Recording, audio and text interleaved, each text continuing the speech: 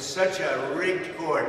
So I'm not allowed to testify because of an unconstitutional gag order. We're appealing the gag order, and let's see what happens. Thank you very much. Yeah, he kept saying he's not allowed to testify. That is just a lie, Jake. He is absolutely permitted to testify in his own defense. And this false claim, this lie, is part of a pattern of former President Trump grossly exaggerating what the gag order actually says. He said at a campaign rally yesterday that because of the gag order, he shouldn't even be talking to you, his audience. The gag order does nothing to prevent him from speaking to political audiences, from delivering social media posts about politics and policy, from speaking to the media. It does not prevent him from attacking the judge, the district attorney, prosecuting this case, President Biden, his political opponents. MAGA really isn't tired of their king crying literally every day outside of court, and not crying over unfairness inside, but delusions of unfairness that he knows they'll believe as easily as they believed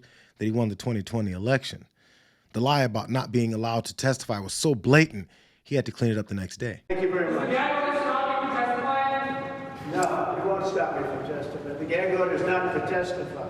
The gag order stops me from talking about people and responding when they say things about me. We have people saying things about me, and I'm not allowed to respond. So this judge has taken away my constitutional right. And as the Republican candidate and somebody that's leading Biden by a lot, I should be able to respond. So you admit you were lying the day before for extra sympathy, right? He does it so seamlessly, even his supporters accept it as his form of communication. He took that lie back and replaced it with one saying that he can't respond to people saying things about him. He's talking daily about the jury and officials in the courtroom, all the way down to their family members. Daniel Dale from CNN had to do some more fact-checking. It is narrowly restricted. It is tailored to 3 specific kinds of speech. He cannot talk about jurors in this case. He cannot talk about reasonably foreseeable witnesses in this case with the specific intention of interfering with their participation in the case. And he can't talk about court staff or their families, junior prosecutors or their families, and so on. How can a guy get a fair trial if he can't get his proven base of violent thugs to target jurors, some prosecutors, and the judge's family? The gag order is unconstitutional. You cannot prevent a defendant from attacking the witnesses, from attacking the judge's daughter, if the judge's daughter could be a basis for disqualification. Now, number one, Alan Dershowitz needs a drink of water. And number two, he should just come right out and say it. The rich and powerful operate under mobster rules in American courts. What's wrong with you?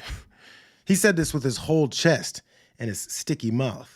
The gag order is unconstitutional. You cannot prevent a defendant from attacking the witnesses. Everything is so unfair in his courtroom, despite the fact that he's taken another mobster tactic of attempting to buy off the police and control them with the same promise of immunity that he literally took to the Supreme Court. We knew about 300-400 usually young people walking into department stores and just robbing the place, walking out with television sets.